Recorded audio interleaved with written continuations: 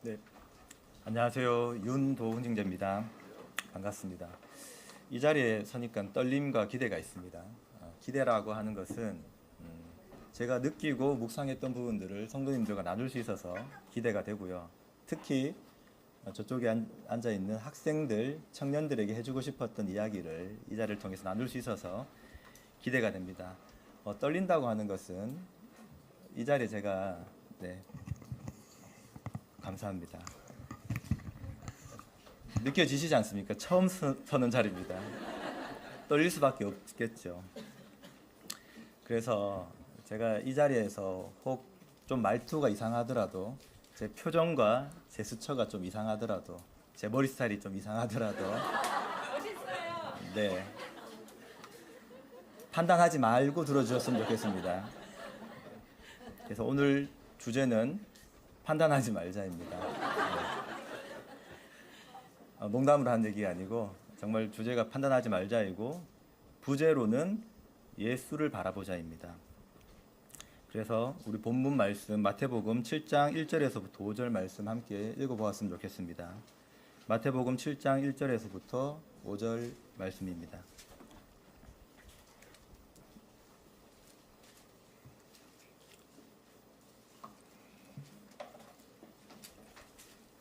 네, 찾으셨다면 함께 읽어보도록 하겠습니다.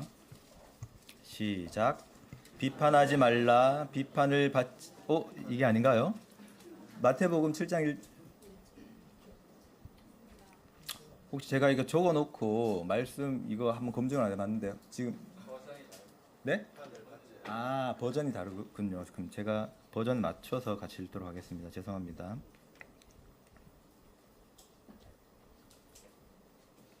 네, 함께 읽도록 하겠습니다. 시작. 비판을 받지 아니하려거든 비판하지 말라. 너희가 비판하는 그 비판으로 너희가 비판을 받을 것이요 너희가 헤아리는 그 헤아림으로 너희가 헤아림을 받을 것이니라. 어찌하여 형제의 눈 속에 있는 티는 보고 내 눈 속에 있는 들보는 깨닫지 못하느냐. 보라, 내 눈 속에 있는 들보가 있는데 어찌하여 형제에게 말하기를 나로 내 눈 속에 있는 티를 빼게 하라 하겠느냐. 외식하는 자여, 먼저 내 눈 속에서 들보를 빼어라.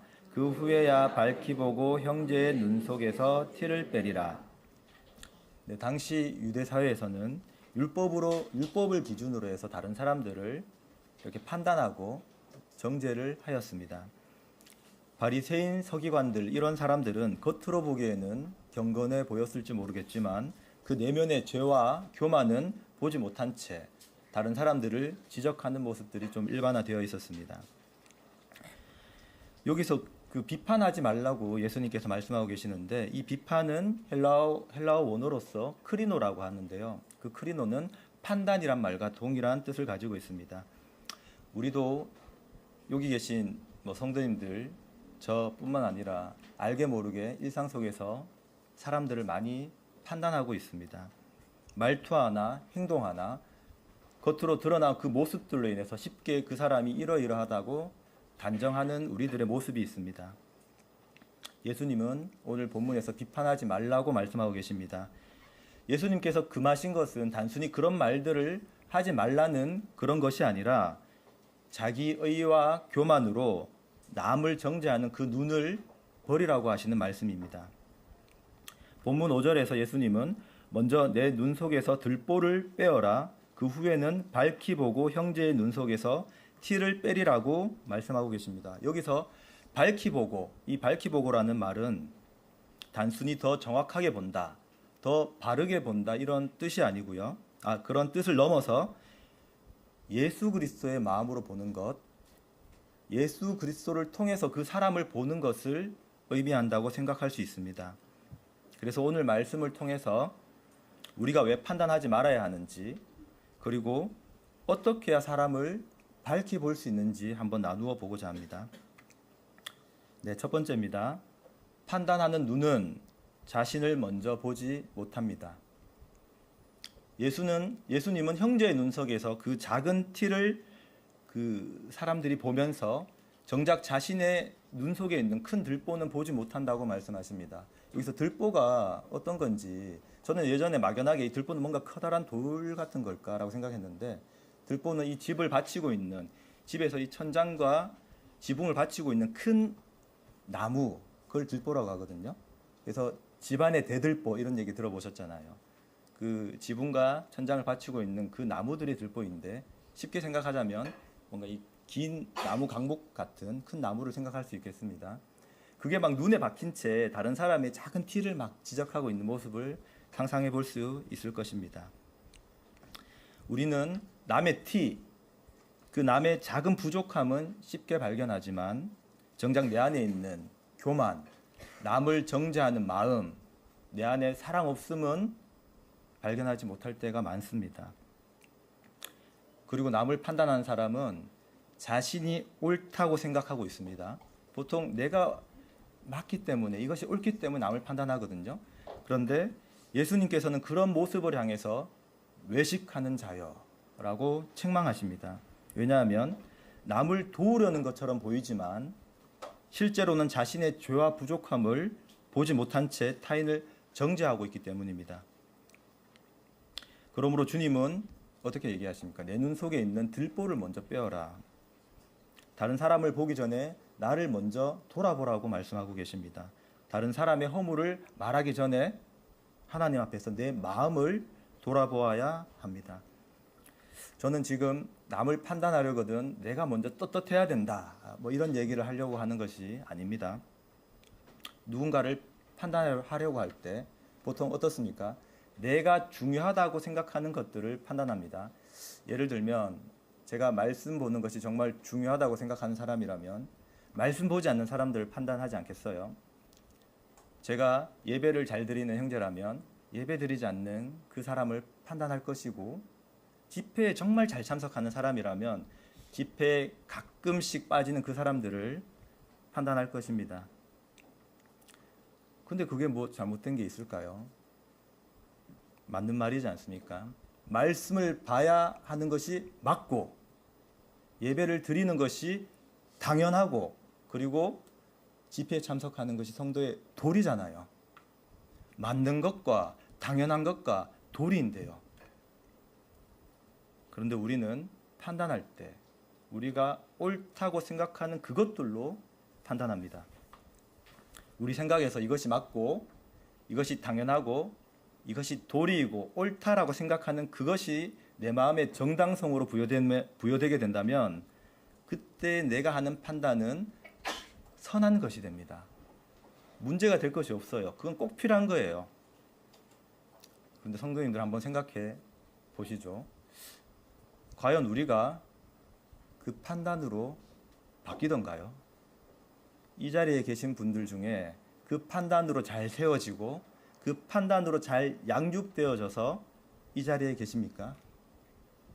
아니면 그 판단이 아니라 사랑과 관심으로 바뀌던가요? 우리는 사랑과 관심으로 기다려주지 못하면서 스스로 판단자가 되어서 이 판단할 때는 이 뭔가 내 못마땅함과 불편한 그 지점을 가지고 판단하게 되는데 그것으로는 형제를 도울 수가 없습니다. 도리어 그 판단으로 형제를 잃을 수가 있죠. 몇몇 잃어진 영혼들이 있지 않겠습니까? 그리고 그 판단할 때 저는 어느새 어떤 자리에 서냐 하면 판단자의 서리에 서게 됩니다. 그런데 판단자는 누구십니까? 우리에게 판단자가 계시는데 그분 누구십니까? 하나님이십니다. 하나님 한 분만이 진정한 판단자십니다. 어쩌면 나는 그럴 수 있지. 나는 그렇게 얘기할 수 있어. 나는 그래도 된다라는 무서운 교만함이 내 모습 가운데 있다라는 것을 알아야 됩니다. 이런 모습을 돌아봐야 합니다. 나의 행위가 아니라 저 사람보다 떳떳한 나의 그런 행위가 아니라 어쩌면 내 안에 그런 무서운 교만함이 있다라는 그 사실을 돌아봐야 합니다. 그 마음을 돌아본 후에야 두 번째 자신을 돌아본 후에야 밝히 보고 형제를 도울 수가 있습니다. 예수님은 들보를 뺀 후에야 밝히 보고 형제의 눈 속에서 티를 빼리라고 말씀하십니다. 이 밝히 보고는 정죄의 눈이 아니라 예수 그리스도의 마음으로 보는 눈입니다. 이 밝히 본다라는 것은 그 사람을 지적하는 눈이 아니라 예수 그리스도의 눈으로, 마음으로 보는 눈을 말하고 있습니다. 그렇다면 이 예수 그리스도의 마음으로 보는 눈은 어떤 것들이 있을까요? 한번 살펴보도록 하겠습니다. 예수 그리스도로 본다는 것은 겉모습이 아니라 사람의 마음의 상태, 그 영혼을 보는 것입니다. 겉모습에는 어떤 것들이 있을까요? 겉모습에는 뭐 잘난 체하고 뭐 이런 것들 생각하기 쉬운데, 우리의 섬김, 우리의 봉사, 참석하는 것들, 열심을 내는 것들, 이런 것들도 우리의 드러나 보이는 것들이죠. 그리고 우리의 학벌과 재능과 능력과 재력, 외모, 키, 이런 것들이 다 눈에 보이는 모든 것들이 우리의 겉모습에 속한다고 얘기할 수 있습니다. 사무엘상 16장 7절에서 하나님께서 말씀하십니다. 제가 오늘 전하는 말씀은 다 제가 읽어드리도록 하겠습니다. 사람은 외모를 보거니와 여호와는 어디를 보시죠? 중심을 보시느니라. 사람은 겉으로 보이는 말과 그 행동으로만 판단하지만 하나님은 그 사람의 중심을 꿰뚫고 보시고 계십니다. 예수님도 사람의 겉을 보시는 것이 아니셨어요. 그 세리, 죄인, 병든 자, 상처 입은 자들을 볼 때 그들의 외적인 모습을 보신 것이 아니라 그 사람의 마음의 갈급한, 그 영혼의 그 아픔을 예수님께서는 보셨습니다. 반면에 바리새인들, 율법학자들, 우리가 그 당시의 지도자들은 어떤 것들을 보았을까요? 그 사람의 말과 행동, 그것들을 겉모습을 보면서 판단하였습니다. 여기서 제 얘기를 좀 해볼까 하는데요. 사실 저는 율법주의자입니다. 이미 눈치채신 분들도 좀 있을 것 같은데, 제가 22살 때쯤이었을 것 같아요. 그때 제가 배달 아르바이트를 했었거든요. 오토바이를 타고. 한날은 이렇게 오토바이를 타고 가다가 그 커브길에서 사고가 났어요. 오토바이 앞바퀴가 그 경계석을 부딪히면서 오토바이가 날아갔어요. 제 몸도 날아갔어요. 이렇게 날아가면서 그대로 그 가로등을 껴안았습니다. 그리고 쓰러졌고 숨을 거의 못 쉬었어요. 숨을 쉴 수가 없었고 막 도와달라는 얘기도 못했어요. 그때 감사하게도 지나가는 행인분들 중에서 누군가 신고를 해주신 것 같아요. 119가 왔고 저는 이제 병원에 가게 되었는데, 그 검사를 해보니까 저 장기에서 미세한 출혈이 발견되었거든요. 그러니까 그 의사 선생님이 얘기를 하더라고요. 너무 심한 건 아닌데 이 미세한 출혈이 자연적으로 치유될 수도 있고, 아니면 이게 멈추지 않고 좀 확산되면 수술을 해야 될 수도 있다, 이렇게 얘기하셨어요. 그래서 한 3일간 입원하면서 경과를 지켜보자, 이렇게 얘기했는데, 그 공교롭게도 그 3일 중에 어떤 날이 끼어 있었을까요? 휴일에 끼어 있었어요. 제가 18살에 제가 구원받고 했으니까 4년 동안 제가 예배를 빠져본 적이 없었거든요. 예배뿐만 아니라 수요 집회도 빠진 적이 없습니다. 그때 제가 다짐을 하기로는 내 평생에 예배를 빠지지 않으리라, 이런 마음을 먹고 있었어요, 실제로. 그래서 주일날 환자복을 입은 상태로 의사 선생님을 찾아갔어요. 저 오늘 교회 가야 됩니다. 예배 드리러 가야 됩니다. 하니까 의사 선생님이 허락해 줄 수 없다. 그건 안 된다. 그래서 막 실갱이를 이렇게 벌이다가 제가 이런 얘기도 했습니다. 저 죽어도 괜찮으니까 교회 가야 됩니다. 이런 객기를 부렸던 것 같아요. 그러니까 의사 선생님이 이런 얘기를 하셨어요. 나도 크리스찬이다. 근데 이건 아니다. 허락해 줄 수 없다. 결국은 저는 이제 교회에 갈 수 없게 되었고, 병원의 저 구석진 곳에서 저 혼자 초코파이를 가지고 만찬 예배를 눈물의 기도와 함께 드렸던 기억이 납니다. 어떻습니까? 아름답지 않나요? 저는 그때 제 마음이 지금 생각해도 좋았던 것 같아요. 그런데 그렇게까지 예배를 중요하게 생각하는 저 안에 하나님의 사랑으로 성도를 바라보는 마음보다, 하나님은 사랑으로 봤죠. 근데 성도를 볼 때 하나님의 사랑으로 바라보는 그 마음보다 예배 빠지는 그 성도님들에 대한, 저 성도 문제가 있어, 좀 믿음이 부족한 것 같아, 이런 마음이 제 안에 있었다니까요. 예수 그리스도로 본다는 것은 저 사람은 왜 저럴까라고 단정하는 것이 아닙니다. 저 사람의 마음에는 지금 어떤 상처가 있을까? 저 사람은 지금 어떤 형편 가운데 있을까? 저 영혼을 주님은 어떻게 보실까? 이런 마음을 가지는 것입니다. 그리고 예수 그리스도로 본다는 것은 나보다 남을 낮게 여긴 것입니다. 낮게. 제가 이거 좀 녹음해서 좀 계속 듣고 있었는데 지금 제가 낮다라는 말과 낮다라는 말을 쓸 건데요. 이 구분을 못 하겠다고 하더라고요. 잘 문맥상 이해하시면서 들으면 좋을 것 같습니다. 빌립보서 2장에서는 이렇게 말씀하십니다. 나보다 남을 낮게 여기고 너희 안에 이 마음을 품으라. 곧 그리스도 예수의 마음이니. 예수님의 마음은 자기를 높이고 남을 낮추시지 않으셨어요. 도리어 자신을 낮추시고 그 사람을 섬기시고 끝까지 사랑하는 마음이었습니다. 우리가 남을 판단하는 마음에는 어떤 게 있냐면 은근한 우월감이 있거든요. 나는 저 사람보다 낫다. 나는 저렇게까지는 하지 않아. 이런 마음이 우리 안에 자리 잡을 때 우리는 쉽게 남을 판단할 수 있습니다. 그러나 예수 그리스도의 마음은 자기를 낮추고 남을 귀히 여기며 그 사람 안에 있는 하나님의 형상을 보는 마음입니다. 남을 낮게 여기는 마음입니다. 남을 낮게 여기는 마음이 아니지요. 그리고 예수 그리스도로 본다는 것은 정죄가 아니라 긍휼로 보는 마음입니다. 요한복음 8장에서 간음 중에 잡힌 여인을 향해 예수님은 말씀하셨습니다. 나도 너를 정죄하지 아니하노니 가서 다시는 죄를 범하지 말라.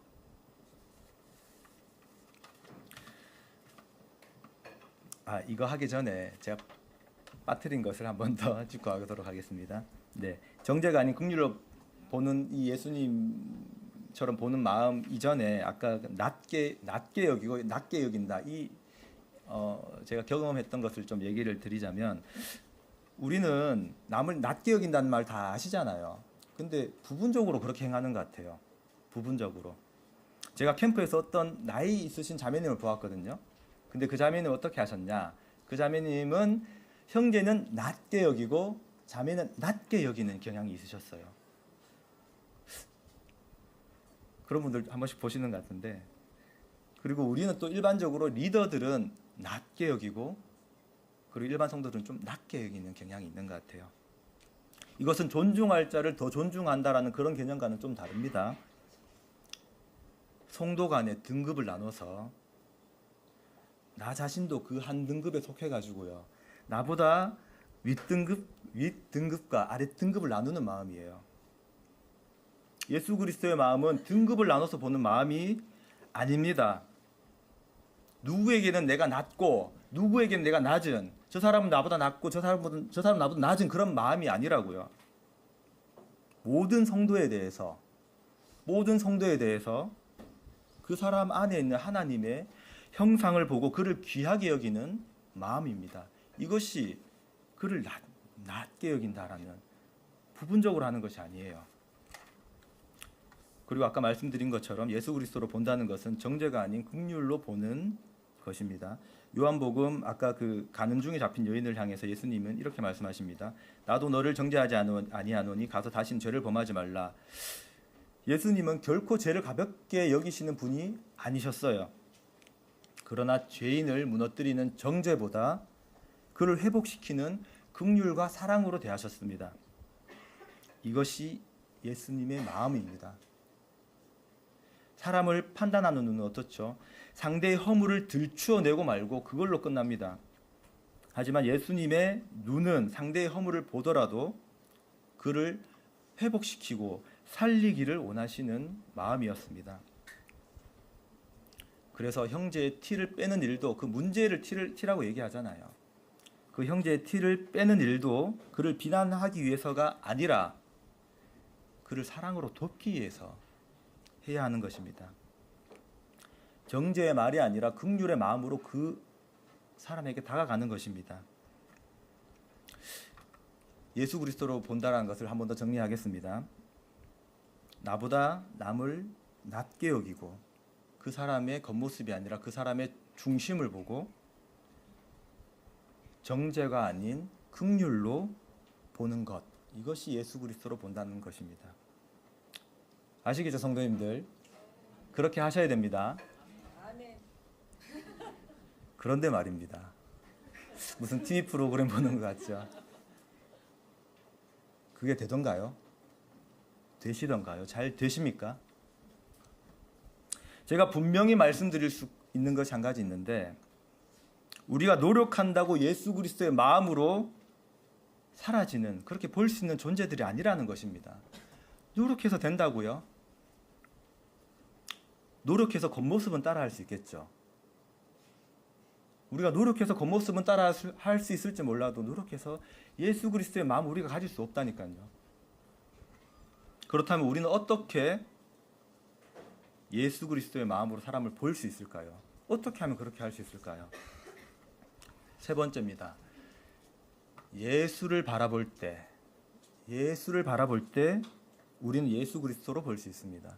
예수를 바라볼 때 우리는 예수 그리스도의 마음으로 볼 수 있습니다. 우리가 그렇게 하는 것이 아니라 예수님 볼 때 가능하다니까요.